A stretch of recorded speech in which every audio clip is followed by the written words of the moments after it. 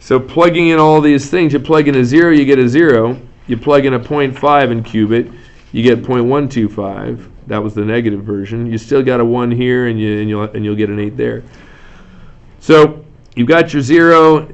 You know, it's, if you're looking at the whole numbers, it's pretty straightforward. You go back 2, and you're going to go down 8. 1, 2, 3, 4, 5, 6, 7, 8. It's way off the grid. And as you go this way, the fact that you're looking at going back 1/2 and you barely have moved off of the line, it's kind of got it's prepping for the steep turn in the upward and downward direction. It's a really nice soft turn there, but then it gets dramatic very quickly. That graph right there is the graph of a cubic. Okay, we're doing the same shifts that we did before. Okay, we're going to shift the original graph 2 units to the right. That means you got a dot in the middle that's got kind of a squiggle. This thing here looks kind of like an extreme parabola that has a hinge that where this part went down. If you put that back up, it looks more like a parabola than it obviously does now. But that's beside the point. The new equation, hopefully we're starting to get the hang of this thing, is going to be something cubed. But inside the parentheses, because left and right happens inside, is going to be an x minus 2.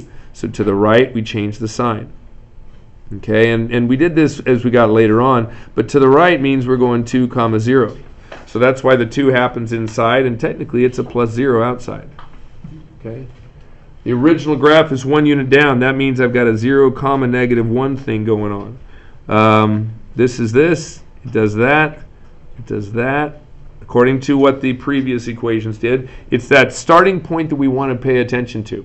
And that starting point, the coordinates of that starting point allow us this. So we've got an x technically minus 0 squared or plus 0 squared, but then the minus 1 happens afterward. And it's very likely if you did this ahead, you just wrote it as x squared and then minus 1. That's fine. Just want to make sure that you understand that both of these have a say in what's going on. 3 units to the left.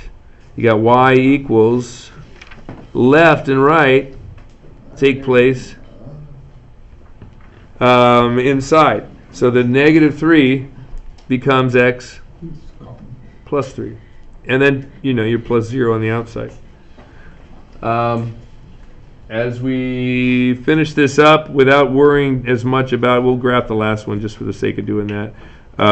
This is a 1, 2, so the equation becomes cubed. No, that's squared. Sorry, I meant cubed. Old habits. Look at this. All these are squared. Shame on me. So all these should be cubed because we're graphing a cubic. There's x minus 1, and there's the plus 2. As we saw before, the starting point is a -4, -3, so the equation y equals x plus 4 and then minus 3. So that one there, 1, 2, 3, 4, 1, 2, 3. There's your starting point, and it's going to do just the same thing that all the other ones did. There you have it. Any questions?